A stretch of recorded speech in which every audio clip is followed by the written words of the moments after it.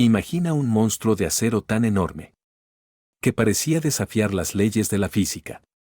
Un buque que representaba el orgullo, el poder y la esperanza de todo un imperio. Un coloso de más de 260 metros de largo, capaz de lanzar proyectiles del tamaño de un autobús. Y que los aliados consideraban prácticamente indestructible. Ese monstruo tenía un nombre, Yamato. El acorazado más grande jamás construido en la historia naval. Y también uno de los símbolos más trágicos del fin de la era de los gigantes de acero. Pero, ¿cómo fue posible construir algo tan descomunal? ¿Por qué Japón decidió invertir tanto en él?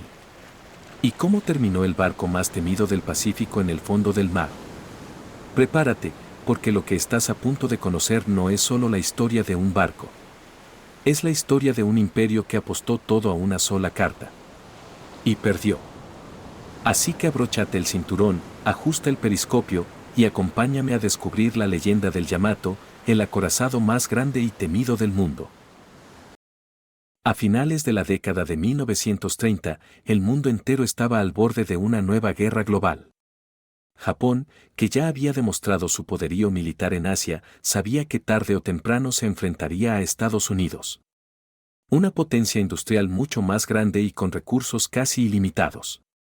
Para compensar esa desventaja, los estrategas japoneses idearon un plan: crear el barco más poderoso que el mundo hubiera visto jamás.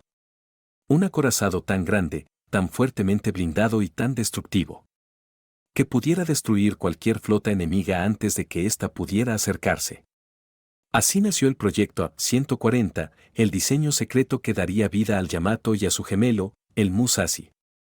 El nivel de secreto fue extremo. Los planos del Yamato eran tan confidenciales que solo un puñado de oficiales conocía todos los detalles.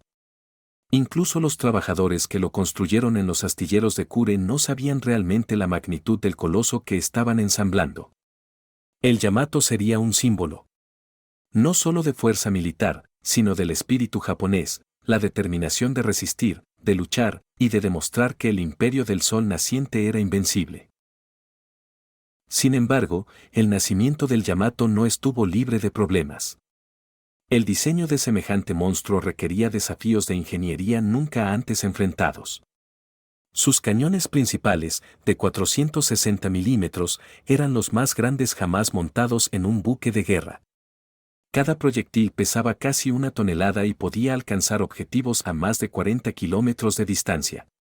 Solo cargar y disparar uno de ellos requería maquinaria gigantesca y una precisión asombrosa. Pero el verdadero conflicto no estaba en el metal, sino en la estrategia. Mientras Japón invertía recursos colosales en construir acorazados, el mundo naval comenzaba a cambiar. Los portaaviones estaban demostrando ser el futuro. Más rápidos, con un alcance mucho mayor y una capacidad devastadora gracias a sus aviones. Los almirantes japoneses, sin embargo, seguían creyendo que el honor de la guerra se libraba con cañones, no con bombarderos. Para ellos, el Yamato era la encarnación del bucido. El código del guerrero samurái. Y destruirlo en combate directo sería un golpe moral inaceptable. Pero esa misma visión romántica sería también su condena. El Yamato fue botado el 8 de agosto de 1940 y puesto en servicio en diciembre de 1941, apenas una semana después del ataque a Pearl Harbor. Era una bestia de 72.000 toneladas, 263 metros de largo y una tripulación que superaba los 2.500 hombres. Su blindaje era tan grueso que los aliados creían que ningún arma existente podía perforarlo. Sus cañones podían destruir un barco enemigo antes de que éste siquiera pudiera devolver el fuego. Durante sus primeros años, el Yamato fue considerado un arma secreta. Apenas se usó en combate directo, porque el alto mando japonés quería reservarlo para una batalla decisiva. Mientras tanto, el barco servía como buque insignia de la flota combinada bajo el mando del almirante Isoroku Yamamoto, el cerebro detrás del ataque a Pearl Harbor. Pero la guerra en el Pacífico cambió rápidamente. Los portaaviones demostraron ser la nueva fuerza dominante.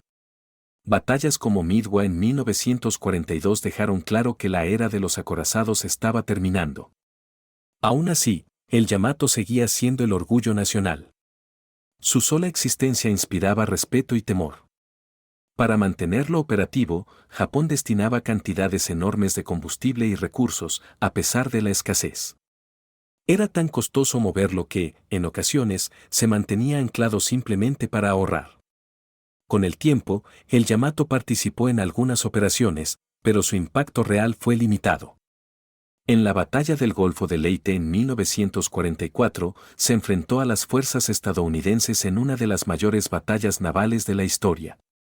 Sus cañones rugieron, hundió algunos barcos, pero el poder aéreo de los portaaviones estadounidenses fue demasiado.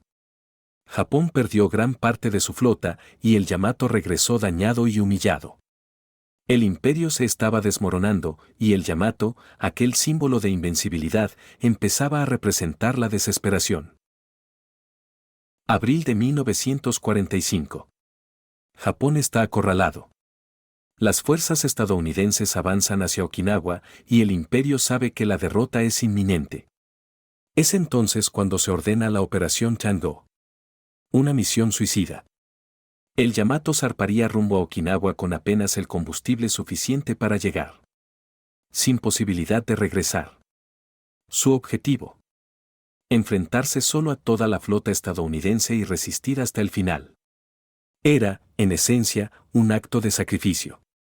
A bordo, los marineros sabían que no volverían. Algunos escribieron cartas de despedida, otros se raparon la cabeza en señal de entrega total. El 7 de abril de 1945, el Yamato fue detectado por aviones estadounidenses.